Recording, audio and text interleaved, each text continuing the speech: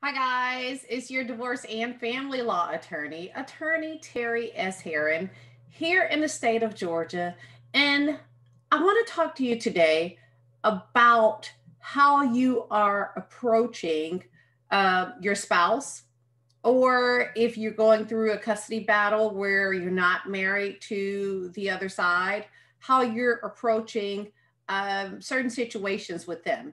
And so here's the thing, a lot of times I have people coming to me not knowing the difference between a compromise and being bullied into something, okay? It's okay when you guys are trying to come up with a parenting plan, when you guys are coming to an agreement. It is okay to compromise, but it is not okay to be bullied into something. And it may not be a physical bully, a physical bullying that you're going through, but normally with grown people, the bullying is in another form. It's in the form of a huff and a puff and an attitude. And if you're dealing with a spouse that you are divorcing and you feel like, well, if I don't, mention this, or if I don't ask for this, then, I'm not going to rock the boat. Here's the thing about people like that. Even if you don't ask for what you're wanting and you think that it's going to cause this to be peaceful, it's never going to be peaceful if you're dealing with someone who's a narcissist. Okay, let's just say it, okay? Because one thing is, you're walking around on eggshells on everything, and you're compromising so much that is to your detriment that you're going to end up back in court on something else anyway. So when you're doing a compromise, whether it's on who gets the house, whether it's on any other finances, or whether it's on who gets the children, what kind of parenting plan we're going to be doing, you have to look out for what really is going to work and not really consider the other person. Okay. And again, this is when you're dealing with someone who's going to have an attitude problem anyway, who's going to be a mean person anyway, for a lack of better terms. Okay. Because I always have, a lot of times it's the women, and they'll say, well, no, I don't want to ask for child support because it's going to make him mad. It's going to make him upset. Or I don't want to ask for alimony, or I don't want to ask for what really needs to happen in this divorce because it's really going to make him upset.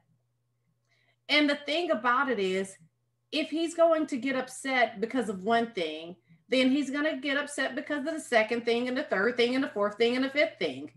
Just because you say, well, no, I'm not going to ask for this, doesn't mean he's not going to get upset. He is still going to get upset, okay? Because that's his way of bullying you. That's his way of controlling you. And you don't realize that. And you need to realize that, because every time a grown person doesn't get their way and they throw a temper tantrum, they're acting like a child. It is a control. It's a way of controlling you. And you need to understand that, okay? You absolutely need to understand that. So when you are approaching a discussion on divorce, a discussion on how this divorce should happen, or even on settlement, then you need to understand that at this time, I need to look out for me, and I need to look out for what's in the best interest of the children. Because again, it doesn't matter what you think will not really set this person off, if you know deep down in your heart that any and everything will set them off. Maybe this person wants to do a week on, week off, and that is not going to be in the best interest of the children as far as visitation.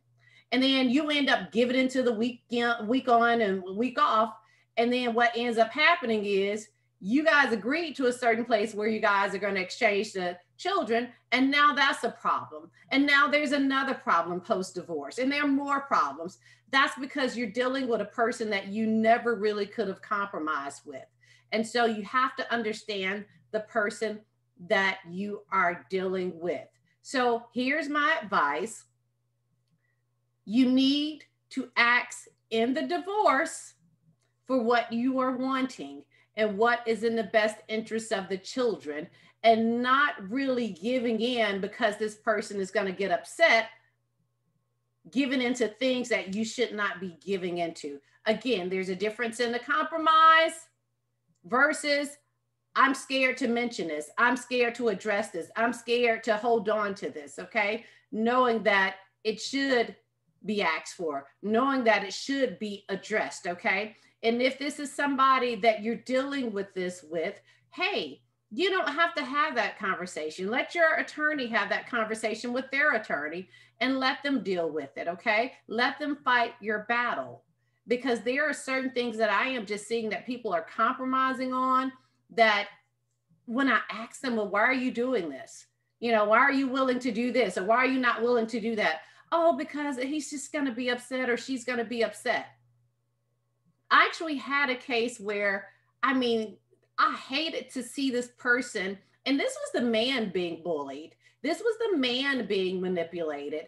And to see how manipulated he was in the mediation process, it really did hurt me to see that, because he had already communicated to me what he wanted to agree to. And to see him being manipulated in a way by his wife, that everything that he came up with, I mean, it was an absolute no. And the thing about it is, I was absolutely clear with him that if you took these things to a judge, the judge wouldn't even order what she's asking for. So why are you giving in knowing that that's not what you want? One of the things I will tell you that he signed up for was to pay for college. It's okay to pay for college. It's not okay to put it in writing if the judge would not have otherwise ordered that. And I'm going to tell you, a lot of people that have done that in the past, most of them actually will tell you that, yeah, they regret putting that in writing. Because a lot of times the writing that we see in regards to that is, you will pay 100% of the college tuition. In addition to that, in and everything dealing with the child going to college, which at the end of the day could be anything that you're paying for.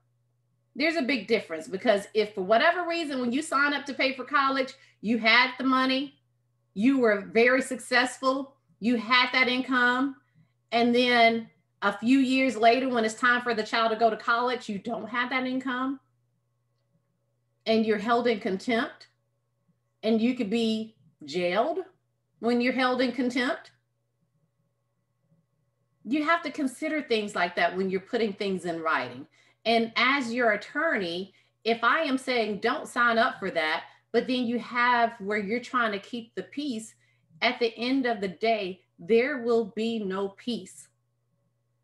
I have the benefit as the attorney, and as many family law attorneys, we have the benefit of seeing what's ahead. Usually when you're going through a divorce, you're only looking at right now. But we have the benefit of knowing that, hey, there's going to be a 5 years from now, there's going to be a 10 years from now. And so we're looking at the big picture. And so when we talk about really just making that sacrifice to ask for what you want, even if you think it's going to disturb somebody's peace, then you have to do that. And you have to trust us in this process. Because again, if you are really, really honest with yourself, at the end of the day, this person is going to act a fool no matter what. They're going to give you that attitude no matter what. They're going to say evil things to you no matter what. And that's what you don't need to be dealing with. So take my advice. There's a difference between compromising and being manipulated into doing something that you don't need to be doing.